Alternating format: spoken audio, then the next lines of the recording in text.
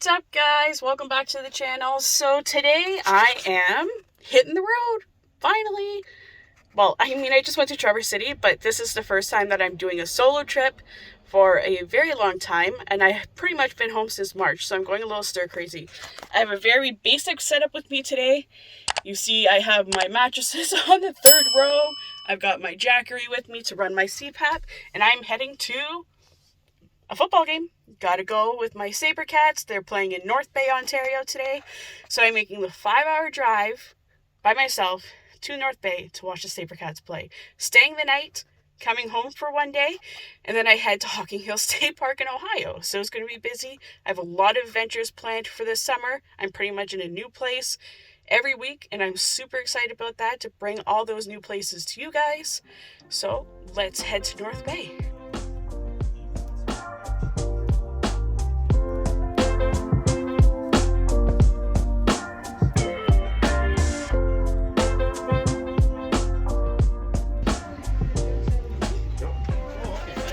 Gonna say.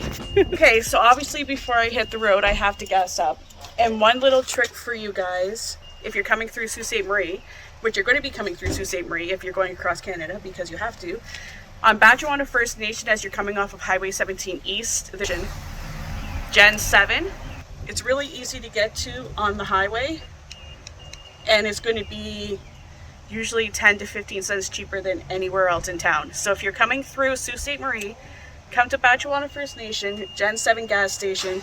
You'll save yourself a lot of money.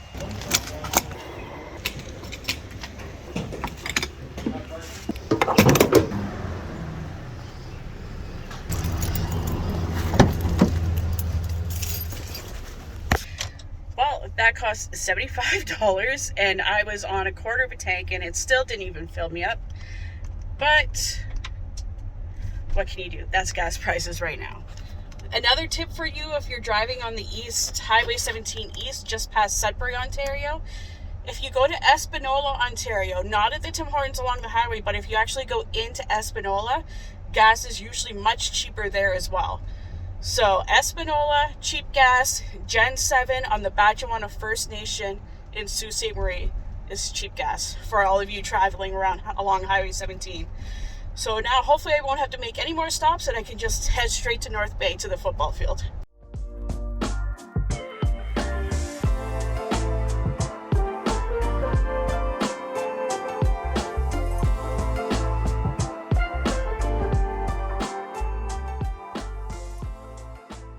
Well, I said I wasn't stopping again until we got to North Bay, but apparently that was a lie.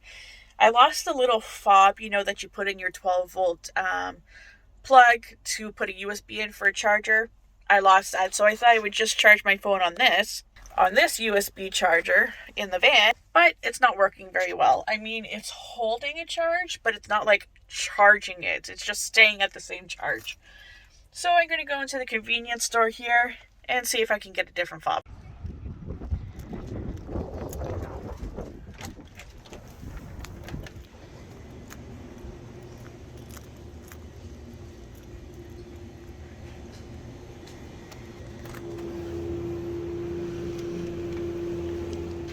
Well, they didn't have any fobs in there, so plan B. I'm going to plug it into my Jackery. Jackery, always to the rescue, isn't it? Let's see if that charges it faster.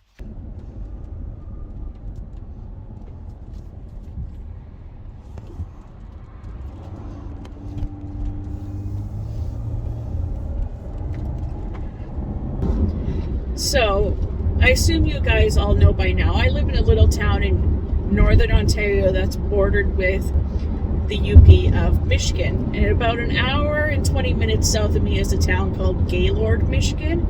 And unfortunately yesterday, Gaylord got hit by a horrible tornado. Now that's very uncommon for where we live. We do not get tornadoes here. We get blizzards, we get ice storms. We don't get tornadoes. And unfortunately, this particular tornado hit right in the middle of the afternoon and went right through the busiest part of town. I do believe one person was killed and there was maybe 40 or so injured. I can't even imagine what those people went through yesterday. Gaylord doesn't have early warning tornado systems. They don't have a tornado siren because they don't usually get tornadoes. So it was just very freak thing to happen yesterday. I'm actually going to be going through Gaylord on Monday on my way to Hocking Hills, because if I go anywhere in the US, pretty much I need to go through Gaylord. So when I go through in Gaylord, I'll stop there and I'll see how they're doing with the cleanup, what the devastation looks like. My thoughts are really with the people of Gaylord, Michigan right now. And it just reminds you, everywhere you are, always keep your eye on the weather. It's funny because I was watching Nomadic Fanatic. If you haven't checked out Eric and the Nomadic Fanatic channel, definitely do so. But he went through somewhat of a situation where he was in, I believe he was in Kansas, and they were having tornado warnings. So he did the smart thing. He was monitoring the weather, and he drove away from the tornadoes, unknowingly driving right into an area that was under a dust storm warning. So even with watching the weather and trying to head towards where it was clear, he still ran into a dust storm.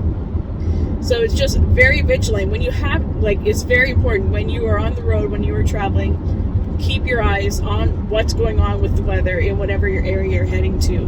Now I'm heading into southern Ohio, kind of is where Hocking Hill State Park is next week. And I tell you, I have been watching the weather. They all are calling for some thunderstorm, mainly when I will be leaving Ohio, but I am definitely keeping my eye on the weather situation before I head down there.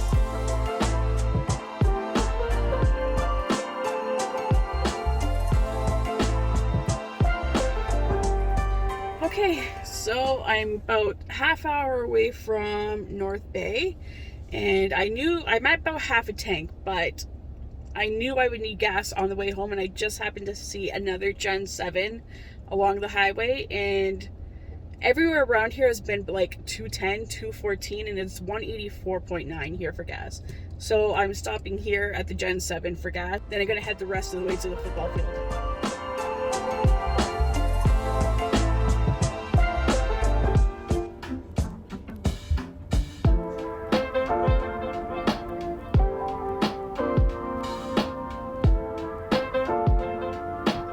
Okay, I've arrived at the football field. It's about 10 after 4. Game starts at 4:30. So let's go cheer on the Sabercats.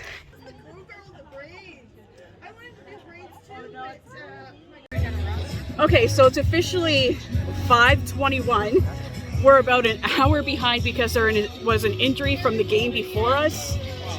And now we have to wait. So we haven't even started yet. I'm going to assume we're going to start about 5:30. Hopefully it gets started soon.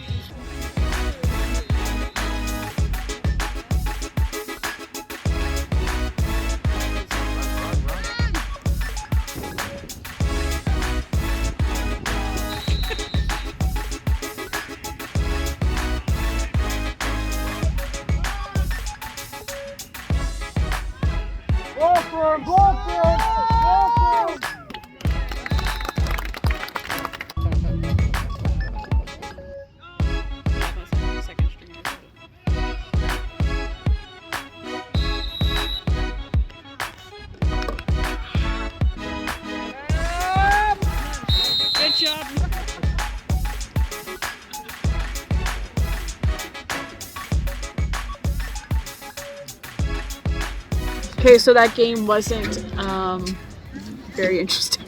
No. So it was 57-0 for the Sabercats against the North Bay Bulldogs. Next, our seniors will be playing in about 15 minutes, and we'll see how that game goes, see if it's a little more competitive. Okay guys, it is halftime of the seniors game, and I decided I just couldn't watch the rest of it just because the junior game was such a blowout.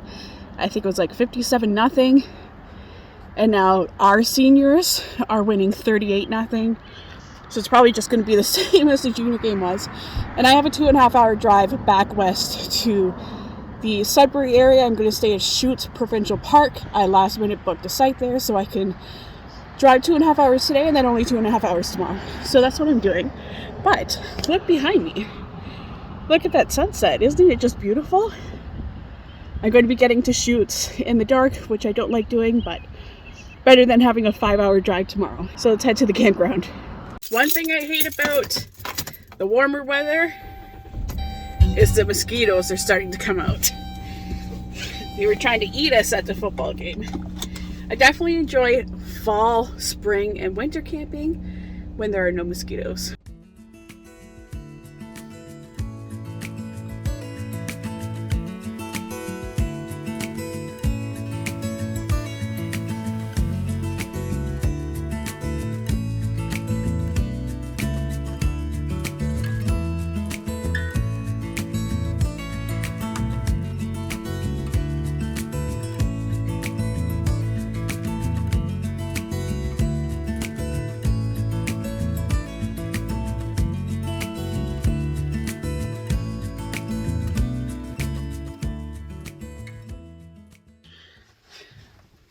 Okay guys, I'm at the campground now. It's super late. It's almost like it's 12:22. Like I said, I'm at Sault Provincial Park just outside of Massey, Ontario. It is completely pitch dark when I got here, so I have no idea what it looks like in here. I'm on a tent site, but it's actually a pretty fair sized site. It's really private. So pretty much I'm just going to set my CPAP up and go to sleep because it's late, and then I'm going to get up first thing in the morning and maybe I can see some of what this park looks like, and then I'm going to drive home. So I'll see you guys in the morning. Okay, good morning guys. Guess where I am? In a bathroom, like always. It's about 6:30 in the morning. I feel like I got a good sleep last night, even though it's only been about a 5-hour sleep. But the park here is nice and quiet. There's no road noise at all. And from what I could see, with it being late out now, it looks like a really nice park. I'm really enjoying the setup in my van of sleeping across the third row and having all the space in front of me for living and storage. I think I'm going to keep sleeping on the third row, but I'm going to get my husband to build something for me. I have an idea in my head. I get the ideas and he builds it. And I'll show you guys what that is once I build it. So I'm heading home now. It'll take me about 2.5 hours to get home, and then I'm going to be packing up the van today. And tomorrow I head to Hocking Hill State Park. Monday night I'm staying in Michigan, 2 nights in Hocking Hill State Park in Ohio, and then Thursday night I'll be at a state park in Michigan again, and then I'll be home. So I hope you like this kind of day in the life of being on the road for a solo female van traveler. And if you guys could if you could comment on the videos, it helps a lot. And of course, if you like these videos, and if you feel like it, just push that subscribe button. I post new videos every Monday and Thursday of various travels that I do or whatever I'm doing in my life. And I'll see you guys in the next one. My next adventure will be including Charles, which I'm so excited for. It's been a while since Charles and I have gone on a trip by ourselves. But see you then. Bye.